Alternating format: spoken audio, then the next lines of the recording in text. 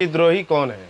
अब यहाँ पर देखेंगे जो हूती विद्रोही है वो मान लेते हैं कि देखिए उनका मुख्य जो काम होता है, समुद्र में से जितनी जहाज़ें गुजरती हैं, समुद्र में से जितनी जहाज़ें गुजरती हैं, जैसे कि मान लेते हैं उनको, मान लेते हैं कि जैसे यहाँ पर चलिए मैप के अनुसार समझिए, ये जो है ये पार्ट ये अफ्रीका महाद्वीप है, ये वाला पार्ट अफ्रीका महाद्वीप है।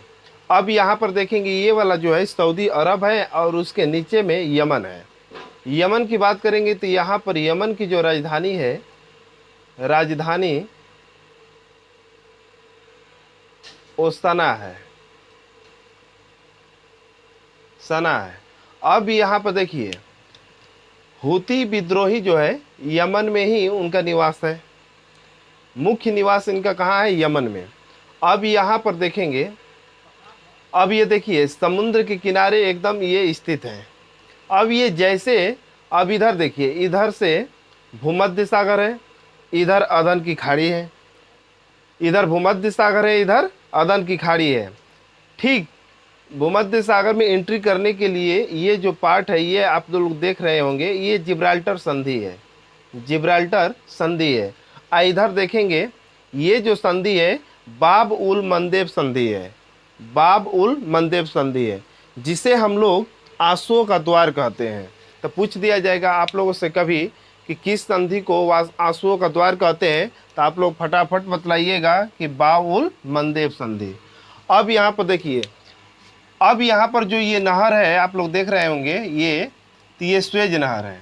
स्वेज नहर जो होती है भूमध्य सागर और लाल सागर, अब ये जो है ये बीच में ये लाल सागर है, देखिए यहाँ पर लिख दिया गया है ये लाल सागर है।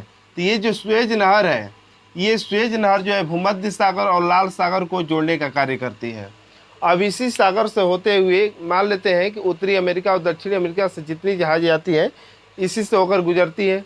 अब इन्होंने देखिए यहाँ पर हूती विद्रोही जो हैं ये समुद्र के किनारे पर स्थित है। अब जैसे ये जहाज़ें गुजरती है उनको क्या करते हैं कि लूट लेते हैं। अब क्योंकि देखिए ये हमेशा जहाज़ पर रहते हैं, अब ये रहते हैं, अब मान लेते हैं कि वहाँ शासन प्रशासन जाएगी तो तुरंत ये अपना बंदूक हथियार जितना होता है ये सब कहाँ छोड़ देते हैं और कहते हैं कि हम लोग तो घुमक्कड़ हैं। अब इनको घुमक्कड़ को कौन पूछने वाला है, लेकिन तुरंत जैसे ये मौका पाते हैं तुरंत ये लूटना स्टार्ट कर देते हैं।